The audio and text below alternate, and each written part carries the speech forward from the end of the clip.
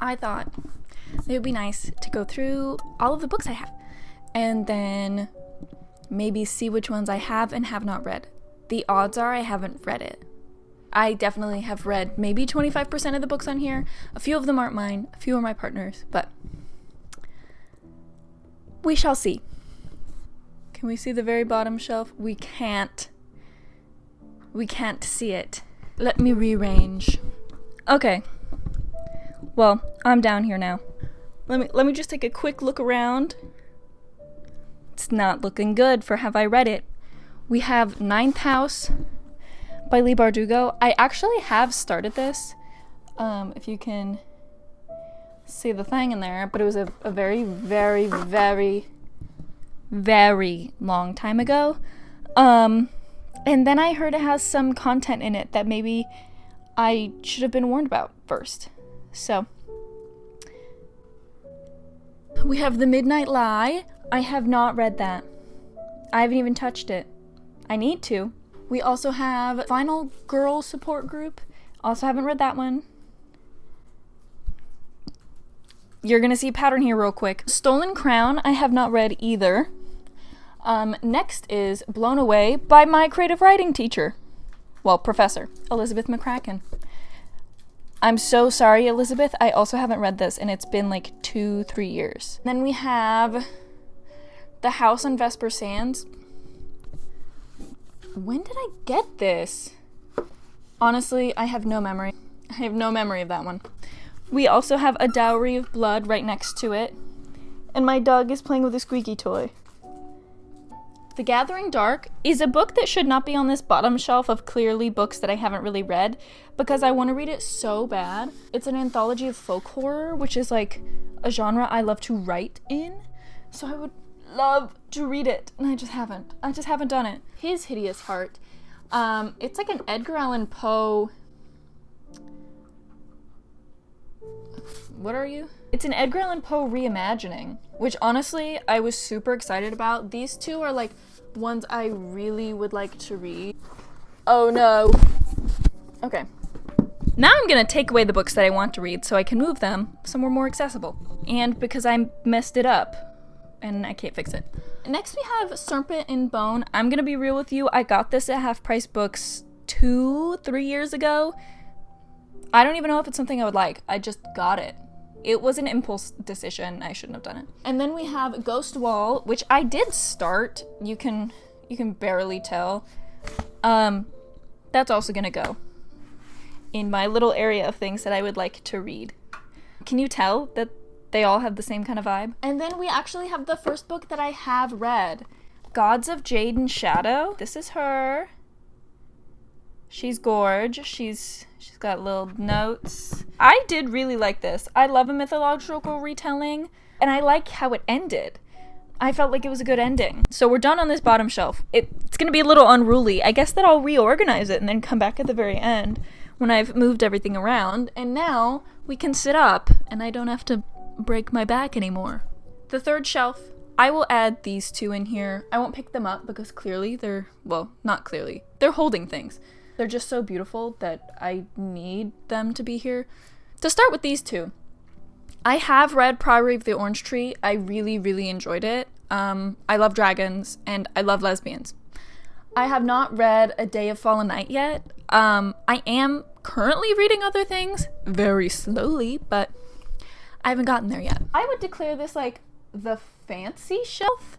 As you can tell, we've got a collector's edition of The Girl with the Dragon Tattoo books. These also are not mine. They're my partner's who loves these. I'm gonna take these down to go through these really quick because I guess they don't fit. We have the Hazelwood, which is totally messed up. It melted in the Texas sun, so I had to glue it together myself, and it worked. I didn't hate this. It wasn't my absolute favorite. By the end of it, I did want to read the second book. I've just never gotten around to finding it. I would rather get it at like a Half Price Books. These two are just two dance technique books. So this is a technique book for classical ballet, and this is modern dance for beginners. I got these when I was like starting to teach, so there's those. And then we have my collectors of Six of Crows and Crooked Kingdom. They're gorge. We have a red. And then this one is black. Kind of think it should be gold, but you know. I have a copy of Crooked Kingdom and Six of Crows. My regular copy, those are the copies I read and annotate. I actually just finished rereading both of them like last Wednesday. So, love it. I love you, Lee. You ate. I'm so sad I won't get to see Wylan in the TV show that was canceled, but I guess he wouldn't have looked like himself. So, these are not collectors. They're just the hardcovers, so I put them here. Of King of Scars and Rule of Wolves, which I have read. I've read 4 books on the fancy shelf. I don't know why I actually read them when I only read Six of Crows, because I didn't really have enough background, but I was into it. Of course, I liked the Crows cameo. Is that a spoiler? And we've got a copy of The Little Prince. That's this. We do have a little Peridot guy that we found for like 50 cents at Half Price Books in like a random bin they had, and a pearl. I have no fucking clue what these started as. They look like McDonald's toys. And now we need to go up to the next shelf. Oh, this is that matcha I made earlier. I think very clearly you can tell the majority of the books here. We have the entire Heartstopper series. So we have 1 through 5 of the graphics, and then we have Solitaire This Winter and Nick and Charlie. I'm gonna reveal something right now. I haven't read them. I got them all the second that I watched it, and then I haven't touched them. They're graphic novels. And then very secretly tucked in here, we have Galatea by Madeline Miller. It's an itty bitty short story retelling of the tale of Galatea. 10 out of 10. It's such a quick and easy little read. It's followed by both Circe and Song of Achilles, which, of course, Madeline Miller, like, wonderful. We have We Hunt the Flame. I don't remember anything. It was in, like, my era where I kind of just bought books. Can you see her? I took down Crier's War because I actually need to move it, because I was in the middle of it, and then I just stopped reading. It's like gay-ass why would I not want to keep reading that? So that needs to be on the bedside table. Then I have A Winter's Promise, which, let's be real, everyone, I got it because this is gorgeous. This is the most gorgeous book I've seen in my, like, almost ever. This leaves our final shelf, which I don't actually know how to get up there to show, but we're on our final shelf. This shelf is actually, it's mainly books that I had for my Women's and Gender Studies class when I was in university. So, some of them are like just from my mom. So the first one here is Sacred Voices. That's one of them that my mom was like, you should read this. I don't actually know what it's about. I haven't picked it up yet. Then that's followed by Stonebush Blues. It's by Leslie Feinberg. Very, very instrumental lesbian book. Then we have Torch of the Heart. It's a little like lesbian drama anthology. My dad found that. Now we're getting into the books that I had for classes. We have The Gilda Stories, The Price of Salt, Desert Blood, The Passion. I don't know if it's specifically lesbian, but Jeanette Winterson is often put in like lesbian, sapphic, queer novelist territory. We have Ruby Fruit Jungle, which I did actually read the whole thing for class.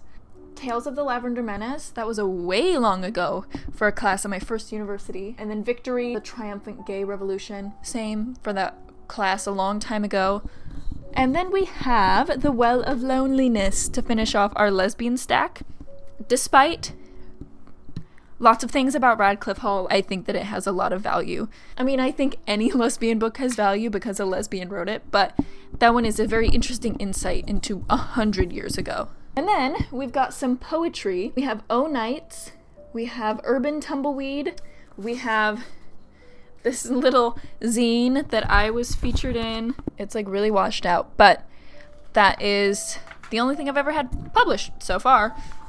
And then the last thing on our shelf is a really old set of Lord of the Rings and The Hobbit that an instrumental gay person in my life sent to me. This was my bookshelf. And I would say a majority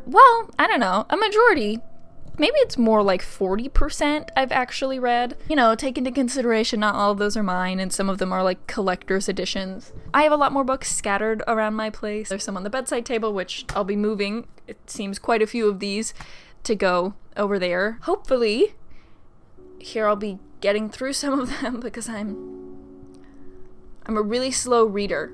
And clearly I've just bought a bunch of books that I haven't fully read. I'll make more stuff even if no one wants it, because I need somewhere to put my energy and motivate me to read, write, and study. Bye!